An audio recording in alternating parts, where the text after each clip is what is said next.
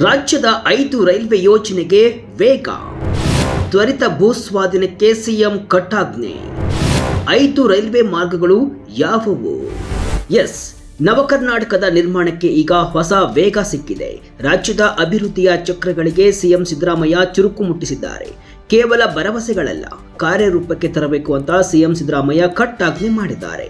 ಪ್ರಮುಖವಾಗಿ ರಾಜ್ಯದ 5 ರೈಲ್ವೆ ಯೋಜನೆಗಳು ಹಾಗೂ ವಿಮಾನ ನಿಲ್ದಾಣಗಳ ಕಾಮಗಾರಿಗೆ ಗಡುವನ್ನು ವಿಧಿಸಿದ್ದಾರೆ. ಆದಷ್ಟು ಬೇಗ ಕೆಲಸಗಳು ಮುಗಿಯಬೇಕು ಅಂತ ಖಡಕ್ ಎಚ್ಚರಿಕೆಯನ್ನು ಕೊಟ್ಟಿದ್ದಾರೆ. ಬೆಂಗಳೂರಿನ ಕೃಷ್ಣ ಗೃಹ ಕಚೇರಿಯಲ್ಲಿ ನಡೆದ ಹೈ ವೋಲ್ಟೇಜ್ ಸಭೆಯು ರಾಜ್ಯದ ಸಾರಿಗೆ ಇತಿಹಾಸದಲ್ಲಿ ಒಂದು ಮೈಲಿಗಲ್ಲಾಗಲಿದೆ. ಭೂ ಸ್ವಾಧೀನದ ಅಡೆತಡೆಗಳನ್ನು ಮೆಟ್ಟಿ ನಿಂತು 2027ರ ವೇಳೆಗೆ ಹಳಿಗಳ ಮೇಲೆ ರೈಲು ಓಡಲೇಬೇಕು ಎಂಬ ಸಂಕಲ್ಪದೊಂದಿಗೆ ಸರ್ಕಾರ ಹೆಜ್ಜೆ ಇಟ್ಟಿದೆ. ಹಳ್ಳಿಗಳಿಗೂ ರೈಲು ಸಂಪರ್ಕ, ಸುಸಜ್ಜಿತ ವಿಮಾನ ನಿಲ್ದಾಣಗಳು ಮತ್ತು ಪ್ರತಿಯೊಂದು ವಿಧಾನಸಭಾ ಕ್ಷೇತ್ರಕ್ಕೂ ಕೋಟ್ಯಾಂತರ ರೂಪಾಯಿಗಳ ಅನುದಾನ ನೀಡಿದ್ದಾರೆ. ಹಾಗಾದ್ರೆ ಸಿಎಂ ಸಿದ್ದರಾಮಯ್ಯ ತ್ವರಿತವಾಗಿ ರೆಡಿಯಾಗಬೇಕು ಅಂತ ಹೇಳಿದ ರಾಜ್ಯದ 5 ರೈಲ್ವೆ ಮಾರ್ಗಗಳು ಯಾವುವು? ಯಾವೆಲ್ಲ ಅಭಿವೃದ್ಧಿ ಕೆಲಸಗಳಿಗೆ ವೇಗ ಸಿಕ್ಕಿದೆ? ಸಿದ್ದರಾಮಯ್ಯ ಅಧಿಕಾರಿಗಳಿಗೆ ಕೊಟ್ಟ ಖಡಕ್ ಎಚ್ಚರಿಕೆಯನ್ನು ಡೀಟೇಲ್ ಆಗಿ ನೋಡ್ಕೊಂಡು ಬರೋಣ ಬನ್ನಿ.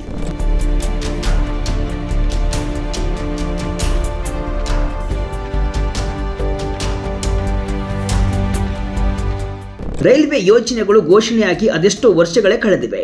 ಆದರೂ ಕೆಲಸಗಳು ಮಾತ್ರ ಆಮೆಗತಿಯಲ್ಲಿ ನಡೀತಾ ಇವೆ. ಇದನ್ನ ಅರಿತ ಸಿಎಂ ಸಿದ್ದರಾಮಯ್ಯ ಈಗ ತ್ವರಿತವಾಗಿ ಕೆಲಸಗಳು ಆಗಬೇಕು ಅಂತ ಕಟ್ಟಾಜ್ಞೆಯನ್ನ ಮಾಡಿದ್ದಾರೆ. ಈ ನಿಟ್ಟಿನಲ್ಲಿ ರಾಜ್ಯದಲ್ಲಿ ಸಾರಿಗೆ ವ್ಯವಸ್ಥೆಯನ್ನೇ ಬದಲಿಸಬಲ್ಲ 5 ಮಹತ್ವಾಕಾಂಕ್ಷಿ ರೈಲ್ವೆ ಯೋಜನೆಗಳಿಗೆ ಈಗ ಮರುಜೀವ ಬಂದಿದೆ. ದಶಕಗಳ ಕಾಲ ಕುಂಟುತ್ತಾ ಸಾಗಿದ್ದ ಯೋಜನೆಗಳಿಗೆ ಸಿಎಂ ಸಿದ್ದರಾಮಯ್ಯ ವೇಗವರ್ಧಕವನ್ನ ನೀಡಿದ್ದಾರೆ. ಈ 5 ಮಾರ್ಗಗಳು ಬೇಗ ಆಗಬೇಕು ಅಂತ ತಿಳಿಸಿದ್ದಾರೆ. ಹಾಗಾದ್ರೆ ಆ 5 ಪ್ರಮುಖ ಮಾರ್ಗಗಳು ಯಾವುವು ಅನ್ನೋದನ್ನ ನೋಡುವುದಾದ್ರೆ, ಕುಡಚಿ ಬಾಗಲಕೋಟೆ 142 ಕಿಲೋಮೀಟರ್ ಉದ್ದದ ಈ ಮಾರ್ಗ ಯಾದವಾಡ, ಮುಧೋಳ, ಜಮಖಂಡಿ, ರಬಕವಿ ಮತ್ತು ತೇರದಾಳದ ಜನರಿಗೆ ವರದಾನವಾಗಲಿದೆ. ಇನ್ನು ತುಮಕೂರು ದಾವಣಗೆರೆ 202 ಕಿಲೋಮೀಟರ್ಗಳ ಈ ಬೃಹತ್ ಯೋಜನೆ ಶಿರಾ, ಹಿರಿಯೂರು, ಐಮಂಗಲ ಮೂಲಕ ಹಾದು ಹೋಗಲಿದ್ದು ಬೆಂಗಳೂರು ಮತ್ತು ಉತ್ತರ ಕರ್ನಾಟಕದ ನಡುವಿನ ಪ್ರಯಾಣದ ಅಂತರವನ್ನ ಗಣನೀಯವಾಗಿ ತಗ್ಗಿಸಲಿದೆ.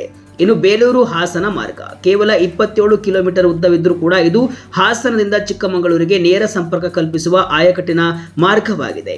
ಇನ್ನು ಶಿವಮೊಗ್ಗ ರಾಣೆಬೆನ್ನೂರು 103 ಕಿಲೋಮೀಟರ್ ಉದ್ದದ ಈ ಮಾರ್ಗ ಶಿಕಾರಿಪುರ, ಮಾಸೂರು ಮತ್ತು ರಟ್ಟಿಹಳ್ಳಿ ಭಾಗದ ವಾಣಿಜ್ಯ ಚಟುವಟಿಕೆಗೆ ನಾಂದಿ ಹಾಡಲಿದೆ. ಈಗಾಗಲೇ ಇಲ್ಲಿ 15% ಭೌತಿಕ ಕೆಲಸ ಮುಗಿದಿದ್ದು ಸಿಎಂ ಈಗ ಇದಕ್ಕೆ ವೇಗವನ್ನು ನೀಡಿದ್ದಾರೆ. ಇನ್ನು ಧಾರವಾಡ ಬೆಳಗಾವಿ ಮಾರ್ಗ 79 ಕಿಲೋಮೀಟರ್ ಉದ್ದದ ಈ ನೂತನ ಮಾರ್ಗ ಮಮ್ಮಿಗಟ್ಟಿ, ತೇಗೂರು, ಕಿತ್ತೂರು ಮತ್ತು ಎಂಕೆ ಹುಬ್ಬಳ್ಳಿ ಮೂಲಕ ಹಾದು ಹೋಗಲಿದ್ದು ಉಭಯ ನಗರಗಳ ಪ್ರಯಾಣದ ಸಮಯವನ್ನ ಅರ್ಧದಷ್ಟು ಕಡಿಮೆ ಮಾಡಲಿದೆ. ಈ 5 ಯೋಜನೆಗಳನ್ನ ತ್ವರಿತವಾಗಿ ಮಾಡಲೇಬೇಕು ಅಂತ ಸಿದ್ದರಾಮಯ್ಯ ಖಡಕ್ ಎಚ್ಚರಿಕೆಯನ್ನ ಅಧಿಕಾರಿಗಳೇ ಕೊಟ್ಟಿದ್ದಾರೆ. ಈ ಯೋಜನೆಗಳಿಗಾಗಿ ರಾಜ್ಯ ಸರ್ಕಾರ ಈಗಾಗಲೇ 2581 ಕೋಟಿ ರೂಪಾಯಿಗಳನ್ನ ಬಿಡುಗಡೆ ಮಾಡಿದೆ. ಭೂ ಸ್ವಾಧೀನ ಪ್ರಕ್ರಿಯೆಗಾಗಿ ಪ್ರತ್ಯೇಕವಾಗಿ 2950 ಕೋಟಿ ರೂಪಾಯಿಗಳನ್ನ ಮೀಸಲಿಡಲಾಗಿದೆ. ಭೂ ಸ್ವಾಧೀನ ಸವಾಲಿನ ಜೊತೆ 2027ರ ಗುರಿ. ಯಾವುದೇ ಯೋಜನೆಯ ಅತಿ ದೊಡ್ಡ ವಿಘ್ನ ಅಂದ್ರೆ ಅದು ಭೂ ಸ್ವಾಧೀನ. ಇದನ್ನ ಅರಿತಿರುವ ಸಿಎಂ ಸಿದ್ದರಾಮಯ್ಯ ಅಧಿಕಾರಿಗಳಿಗೆ ಖಡಕ್ ಎಚ್ಚರಿಕೆಯನ್ನ ಕೊಟ್ಟಿದ್ದಾರೆ. ಈ 5 ಯೋಜನೆಗಳಿಗೆ ಒಟ್ಟು 16,554 ಎಕರೆ ಭೂಮಿಯ ಅಗತ್ಯವಿದೆ.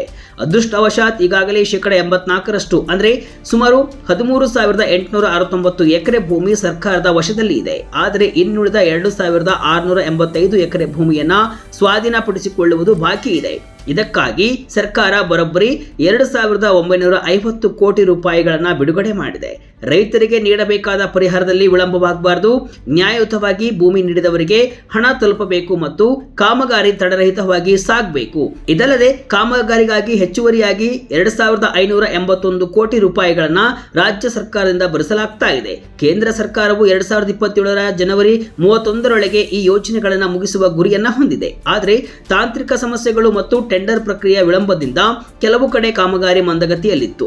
ಈಗ ಸಿಎಂ ಸಿದ್ದರಾಮಯ್ಯ ಅವರು ಜನವರಿ 10ರ ಒಳಗಾಗಿ ಎಲ್ಲಾ ಟೆಂಡರ್ ಪ್ರಕ್ರಿಯೆ ಮುಗಿಸುವಂತೆ ಅಧಿಕಾರಿಗಳಿಗೆ ಡೆಡ್ಲೈನ್ ಅನ್ನು ಕೊಟ್ಟಿದ್ದಾರೆ. 6 ವಿಮಾನ ನಿಲ್ದಾಣಕ್ಕೆ ಜಾಕ್ಪಾಟ್. ಕೇವಲ ರೈಲ್ವೆ ಮಾತ್ರವಲ್ಲ, ರಾಜ್ಯದ 6 ವಿಮಾನ ನಿಲ್ದಾಣಗಳ ಅಭಿವೃದ್ಧಿಗೂ ಕೂಡ ಸರ್ಕಾರ ಒತ್ತನ್ನು ಕೊಟ್ಟಿದೆ.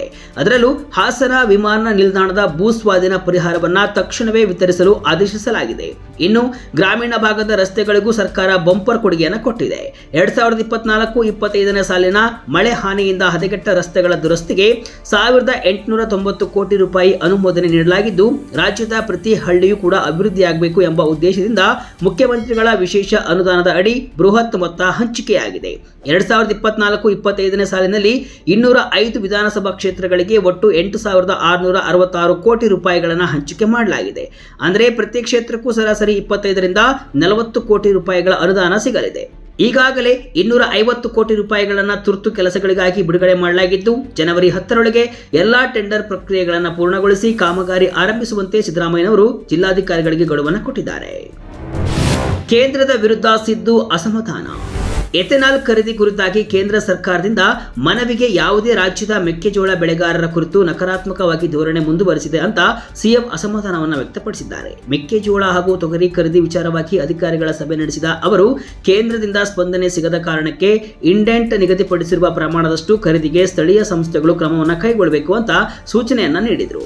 ಒಟ್ಟು 17,350 ಮೆಟ್ರಿಕ್ ಟನ್ ಮೆಕ್ಕೆಜೋಳ ಖರೀದಿ ಮಾಡಿದ್ದು, ಇನ್ನು 76,430 ಮೆಟ್ರಿಕ್ ಟನ್ ಖರೀದಿ ಬಾಕಿ ಇದೆ. ಒಟ್ಟು 93,782 ಮೆಟ್ರಿಕ್ ಟನ್ ಮೆಕ್ಕೆಜೋಳ ಖರೀದಿಗೆ ಇಂಡೆಂಟ್ ಪಡೆಯಲಾಗಿದೆ ಅಂತ ತಿಳಿಸಿದರು. ಒಟ್ಟಾರೆಯಾಗಿ ಮುಖ್ಯಮಂತ್ರಿ ಸಿದ್ದರಾಮಯ್ಯ ಅವರ ಈ ಸಭೆಯು ಕೇವಲ ಅಂಕಿ ಅಂಶಗಳ ಚರ್ಚೆ ಆಗಿರಲಿಲ್ಲ, ಇದು ಕರ್ನಾಟಕದ ಭವಿಷ್ಯದ ಬುನಾದಿ.